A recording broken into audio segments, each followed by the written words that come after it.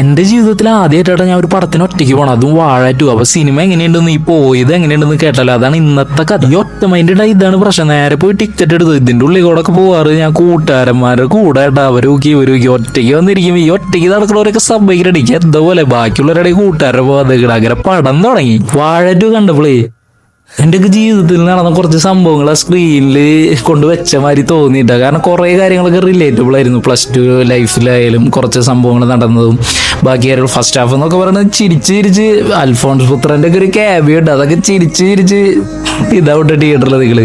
Second half എന്ന് വെച്ചാൽ ഭയങ്കര ഇമോഷൻസ് ആണ്. അതായത് ഫാമിലി, റിലേഷൻഷിപ്പ്, ഫ്രണ്ട്സ് എല്ലാം കൂടി മൊത്തത്തിൽ അതിൽ വെറുതെ ഇല്ലേട്ടാ ബയോപിക് ഓഫ് ബില്യൺ ബ്രോസ് എന്ന് പറഞ്ഞാൽ നമ്മുടെയൊക്കെ ജീവിതത്തിൽ നടക്കണ എന്തെങ്കിലുമൊക്കെ നടന്നിട്ടുണ്ടാവും. നിങ്ങൾ എന്തായാലും ഇത് തിയേറ്ററിൽ പോയിട്ട് മസ്റ്റായിട്ട് വാച്ച് ചെയ്യണം. ഞാൻ പറഞ്ഞ എന്നെ പോലെ ഒറ്റയ്ക്ക് പോയി കണ്ടോളൂ, അപ്പൊ കുറച്ചുകൂടി ഒരു രസം ഉണ്ടാവും. പടം കണ്ടിറങ്ങി പിന്നെ എന്റെ തലയുടെ ഉള്ളിൽ കൂടെ പല സംഭവങ്ങളും മിന്നി മറിഞ്ഞൂട്ടോ. ഇതുവരെ വാഴ 2 കാണാതെ നിങ്ങളെ കൂട്ടുകാർക്ക് ഇത് അയച്ചു കൊടുത്തിട്ട് പറയണം എന്തായാലും പോയി കണ്ടോളും. നമ്മളെ ആണുങ്ങൾ എന്തായാലും കാണണം.